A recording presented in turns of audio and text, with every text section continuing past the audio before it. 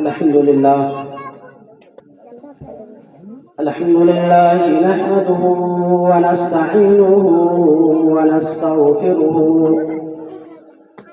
ونؤمن به ونتوكل عليه ونعوذ بالله من شرور أنفسنا ومن سيئات أعمالنا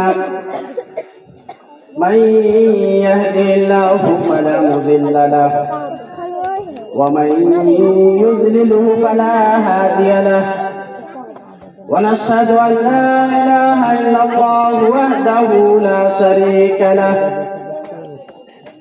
ونشهد أن سيدنا ومولانا محمدا عبده ورسوله صلى الله عليه وعلى آله وصحبه أجمعين أما بعد فأعوذ بالله من الشيطان الرجيم بسم الله الرحمن الرحيم كل نفس ذائقة الموت وقال النبي صلى الله عليه وسلم إذا مات الإنسان انقطع عمله إلا من ثلاث صدقة جارية أو علم ينتفع به أو ولد صالح يدعو له صدق الله العظيم وصدق رسوله النبي الكريم ونحن على ذلك لمن الشاهدين والشاكرين والحمد لله رب العالمين. میرے محترم بزرگوں اور دوستوں، حضور پاک صلی اللہ علیہ وسلم کا ارشاد ہے کہ اگر کوئی شخص دنیا میں رہتے ہوئے 3 اعمال کر لے تو اللہ رب العزت اس کو مرنے کے بعد بھی ثواب پہنچاتا رہتا ہے. 3 اعمال ایسے ہیں اگر کوئی شخص مرنے سے پہلے کر لیتا ہے تو اللہ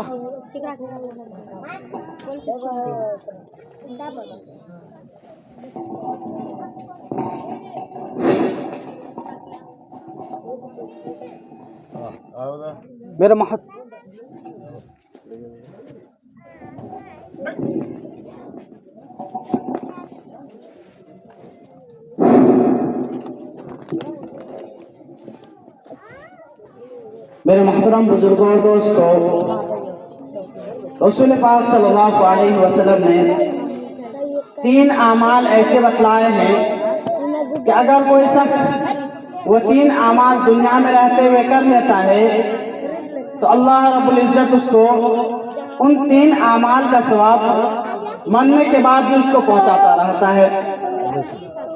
وہ 3 اعمال کیا ہے؟ آپ صلی اللہ علیہ وسلم نے ارشاد فرمایا کہ اذا مات الانسان انقطع عمله الا من ثلاث.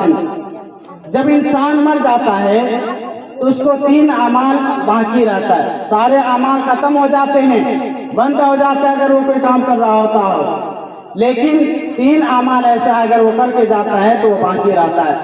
3 اعمال کیا ہے؟ سب سے پہلے صدقۃ جاریہ. صدقۃ جاریہ، صدقہ جاریہ. صدقہ جاریہ کیا ہے؟ کہ اللہ کے لیے کوئی گھر بنا دیا، مسجد بنا دیا، یا مدرسے بنوا دیا، یا کہیں کسی غریب کو کوئی چیز کی ضرورت تھی وہ دے دیا، یا کہیں ٹویل کی ضرورت تھی جہاں پانی پینے کے لیے انسان ترس رہا تھا تو وہاں ٹویل گلوا دیا، یا مسافر خانہ کہیں بنوا دیا، یا مدرسے میں قرآن شریف کچھ دے دیا، یا بچوں کو حافظ یا کچھ کتابیں دے دیا، یا کوئی کتابیں لکھ دی. یہ سب صدقہ جاریہ ہے. اگر انسان یہاں سے یہ کام کر کے جاتا ہے اللہ رب العزت اس کا ثواب مرنے کے بعد بھی اس کو پہنچاتا رہتا ہے. نمبر 2 پر ہے اور علم ينتفع به، کہ جس نے علم سیکھا اور دوسرے کو سکھایا، علم سیکھا اور اس کے بعد دوسروں کو سکھایا۔ جس طرح آج یہاں بیٹھے ہوئے ہم لوگ بیٹھے ہوئے ہیں، ہمارے استاد محترم جو اس دنیا میں ہے، جو اس دنیا سے چلے گئے ہیں، انہوں نے مجھے علم سکھایا، آج ہم آپ لوگوں کے سامنے علم دے رہے ہیں، تو اس کا ثواب ان کو بھی پہنچ رہا ہے۔ یہ کسی نے اپنے لڑکے کو حافظ قرآن بنا دیا، عالم دین بنا دیا، اور اس کا والدین اس دنیا سے چلا گیا، تو اس کے والدین کو بھی اس کا ثواب پہنچتا رہتا ہے۔ اور کوئی کتابیں لکھ دی کسی مولانا نے، جب تک انسان اس کتاب کو پڑھتا رہے گا، اس کتاب سے فائدہ اٹھاتا رہے گا، اللہ رب العزت اس کو مرنے کے بعد بھی قبر میں ثواب پہنچاتا رہے گا۔ میرے محترم بزرگوں دوستو، اگر کوئی انسان ایسا ہے کہ وہ نہ حافظ ہے نہ عالم ہے، کیا کرے؟ اس کے لیے یہ ہے کہ اپنے بچوں کو حافظ قرآن بنائے، عالم دین بنائے۔ اگر اس کے بچے نہیں ہیں یا بڑے ہو گئے ہیں، تو اگر کوئی غریب بچہ ہے، یتیم بچہ ہے، پڑھنا چاہتا ہے، حافظ قرآن عالم دین بننا چاہتا ہے، تو ہم اس کے جتنے خرچہ ہو، ہم اس کے خرچے کو اٹھا کر اس کو حافظ قرآن بنا دیں، تو وہ حافظ قرآن بنے گا تو اس کا ثواب آپ کو ملتا رہے گا۔ پھر وہ حافظ قرآن جب تک دنیا میں رہے گا، جب تک کسی انسان کو پڑھاتا رہے گا، نیک کام کرتا رہے گا، قرآن شریف پڑھتا رہے گا، تو اس وقت تک آپ کو ثواب ملتا رہے گا۔ پھر وہ کسی کو پڑھا دیا، ایک پڑھایا، پھر دوسرے کو پڑھایا، وہ مر گیا، پھر دوسرے کو پڑھایا، تو وہ لگاتار جتنے اس کے نسل رہیں گے پڑھانے والے، سب کو ملتا رہے گا۔ یہ نمبر 2 پر ہے۔ نمبر 3 کیا ہے؟ اور والدین صالح، کہ اگر کسی انسان نے دنیا میں اپنے اولاد کو چھوڑ کر گیا، نیک اولاد بنا کر گیا ہو، اس کی بچپن سے اچھی تربیت کی ہو، نیک صالح بنایا ہو، نماز کی پابندی کرا دیا ہو، لوگوں سے اچھے سے میل محبت سے باتیں کرتا ہو، اور کیا کہتا 5 وقت کی نمازیں پڑھتا ہو، صدقہ خیرات کرتا ہو، ایسے اولاد اگر دنیا میں چھوڑ کر گیا ہے تو اللہ رب العزت مرنے والے کو اس کے اولاد کا ثواب ملتا رہے گا۔ اگر نیک اولاد ہے، نماز پڑھتا ہے، نیک کام کرتا ہے، تو کیا ہے کہ وہ خود بخود اس کے لیے دعا کرے گا۔ اگر دعا نہیں بھی کرتا ہے لڑکا، اگر اپنے لڑکے کو اولاد کو نیک بنا کر گیا اور وہ اولاد اس کے لیے دعا نہیں کر رہا ہے، وہ نماز پڑھ رہا ہے، صدقہ خیرات کر رہا ہے، لوگوں کے ساتھ بھلائی کر رہا ہے، اور والدین کے لیے دعا نہیں کر رہا، پھر بھی والدین کو ثواب ملے گا، اس لیے وہ اپنے اولاد کو نیک چھوڑ کر گیا ہے۔ اس لیے ہم سب سے درخواست کرتے ہیں، یہ جو 3 اعمال ہم نے آپ کے سامنے بتلایا ہے، ابھی ہم لوگ زندہ ہیں، کب جانے ہماری موت آ جائے کوئی کسی کو خبر نہیں، اس لیے جو خیرات جو بھلائی کا کام ہے، اس کام کو کریں گے، اگر کر کے جائیں گے دنیا سے، اللہ رب العزت اس کا ثواب ماننے کے بعد ہم کو ملتا رہے گا۔